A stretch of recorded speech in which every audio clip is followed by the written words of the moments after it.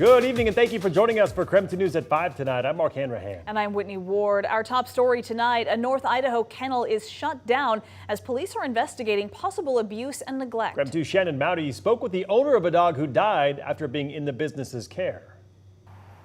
The sign outside Faithful Canine Trainer in Coeur d'Alene tells part of the story. The dog kennel and training facility is closed, and the city has also pulled its business license after a dog died of heat.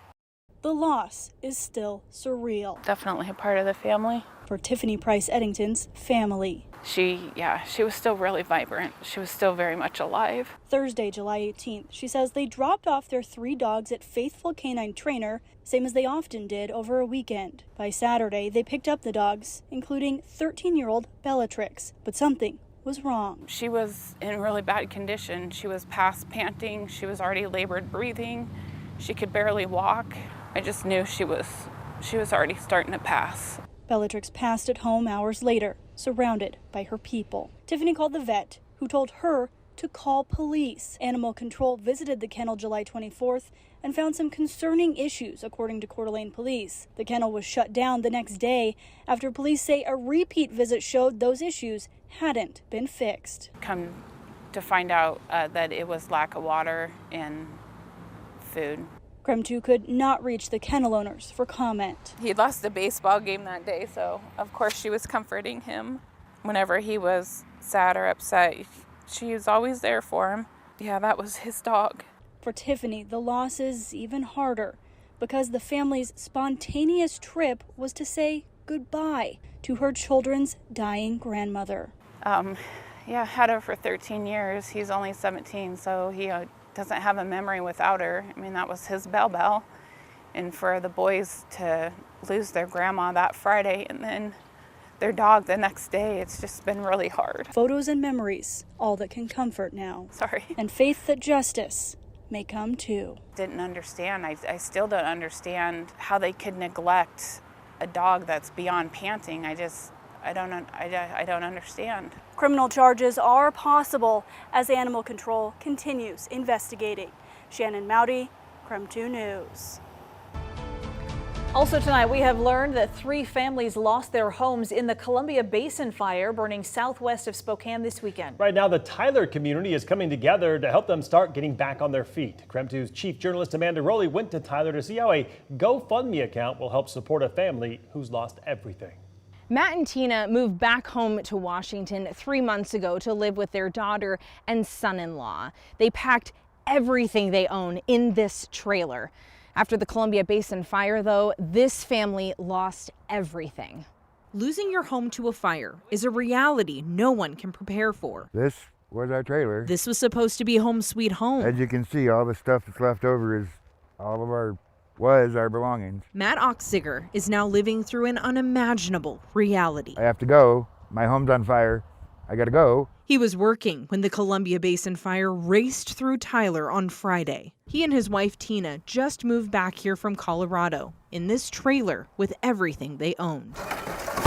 Pieces of his past. Grandma's China. Now gone. Something that was irreplaceable. Reality begins to set in, and the road ahead looks daunting.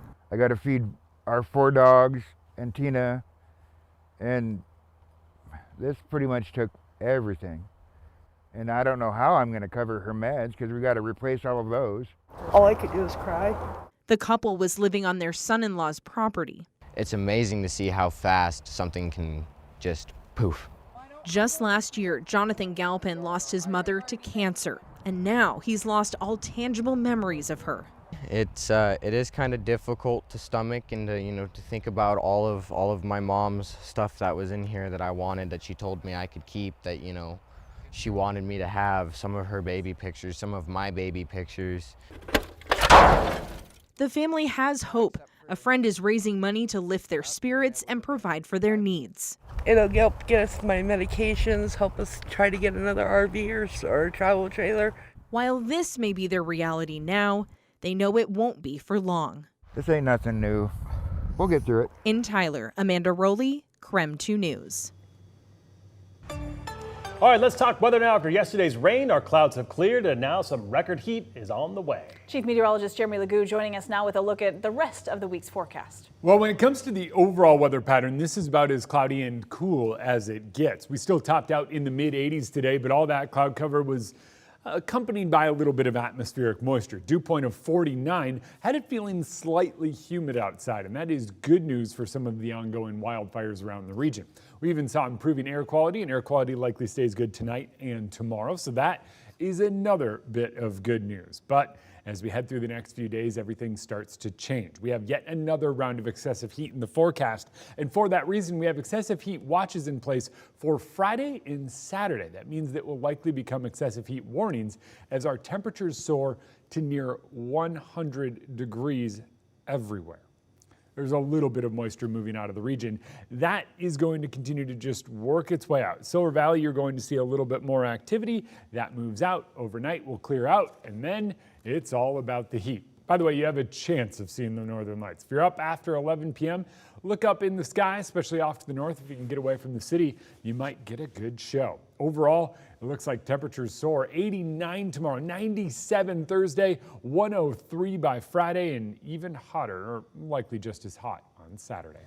All right, sounds good, Jeremy. Thank you very much. And tonight we are continuing to track several wildfires burning across the inland northwest. We start with an update now on the Swawilla fire on the Colville Reservation. Evacuations have shifted in that area. The level 3 go now orders are smaller and no longer include the town of Keller. However, there are still some homes in the evacuation zone. The fire itself has burned more than 47,000 acres. It is 45% contained. And WashDOT said the Keller Ferry is expanding its service. Previously, it was only open for people who were evacuating. Now people who live between the ferry's northbound landing and Manila Creek Road can use the ferry.